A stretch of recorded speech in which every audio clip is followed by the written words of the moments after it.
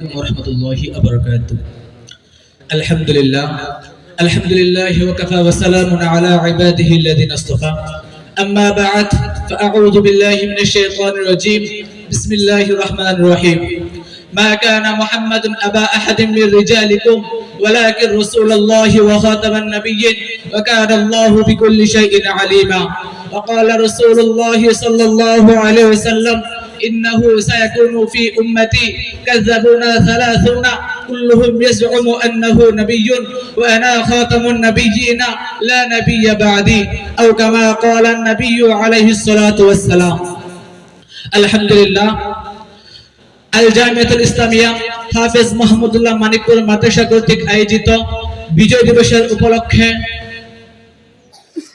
বার্ষিক সেমিনারে সম্মানিত সভাপতি সাহেব, সুদক্ষ বিচার মণ্ডলী এবং দূর দূরান্ত থেকে এলএম বিবেচক ছাত্র ভাইয়েরা সকলকে জানাচ্ছি আমার পক্ষ থেকে আন্তরিক শুভেচ্ছা ও অভিনন্দন।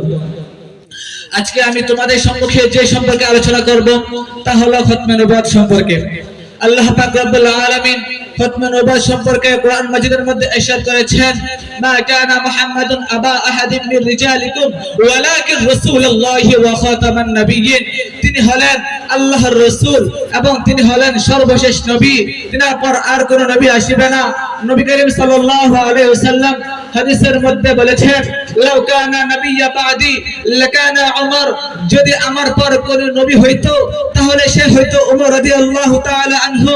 যেহেতু উমর রাদিয়াল্লাহু তাআলা আনহু নবী হয় নাই, এর দ্বারা সুস্পষ্ট হয়ে যায় নবী করিম সাল্লাল্লাহু আলাইহি সাল্লাম হলেন সর্বশেষ নবী, তিনার পর আর কোন নবী আসবেন না।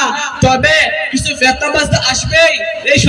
এই সমস্ত সম্পর্কে নবী করিম সাল্লাল্লাহু আলাইহি সাল্লাম হাদিসের মধ্যে বলেছেন: ইন্নাহু সায়াকুনু ফি উম্মতি কাযযাবুনা 30। নিশ্চয় আমার উম্মতের মধ্য থেকে এমন 30 জন মিথ্যুক আবির্ভূত হবে, কুল্লুহুম ইয়াজুমু আন্নাহু নাবিয়্যুন, যারা প্রত্যেকে দাবি করবে সে হলো নবী। হে আমার উম্মতের দলেরা, শুনে রাখো আনা খাতামুন নাবিয়্যিনা লা নাবিয়্যা বাদি। আমি হলাম সর্বশেষ নবী, আমার পর আর কোন নবী আসবে না। যদি কেউ নবী দাবি করে সে যেন মুসলমানদের কলিজার মধ্যে আঘাত করলো, আর যে ব্যক্তি মুসলমানের কলিজার মধ্যে আঘাত করে, ইতিহাস সাক্ষী কোন মুসলমানের কলিজার মধ্যে আঘাত করে ইতিপূর্বে কেউ দুনিয়ার মধ্যে বেঁচে থাকতে পারে নাই। ইনশাআল্লাহ ভবিষ্যতেও মুসলমানের কলিজার মধ্যে আঘাত করে এই বাংলার জমিনে কেউ ঠাঁই পাবে না। প্রিয় মুহতারাম হাজিরিন, সুস্পষ্ট ভাষায় বলতে চাই, তোমরা যদিও মির্জা গোলাম কাদেরীর পেশে আসো, তাহলে আমরাও ময়দানের মধ্যে খালিদ বিন ওয়ালিদের মতো ময়দানের মধ্যে নামবো। যদি তোমরা ময়দানের মধ্যে মুসালামাতুল কাজ্জাবের পেশে আসো, তাহলে আমরাও ময়দানের মধ্যে হযরত ওমরের ফারকার মধ্যে আসবো। প্রিয় মুহতারাম হাজিরিন, শুধু তাই নয়, বর্তমান বাংলার জমিনের 18 কোটি মানুষের একটি আবদার হলো যাতে করে বাংলার জমিন থেকে কাদিয়ানীদেরকে কাফির ঘোষণা করা হয়। এই উপলক্ষে 2013 সালে 5 রং মাস শাপলা চত্বরের মধ্যে আহমদ শফি সাহেবের আহ্বানে হাজারো আলেমগণ একত্রিত হয়েছিল। তাদের উদ্দেশ্য ছিল কোনো রাজনৈতিক পলিটিক্স নয়, তাদের উদ্দেশ্য ছিল একটি, তা হলো এই বাংলার জমিন থেকে যেন কাদিয়ানীদেরকে কাফির ঘোষণা করা হয়।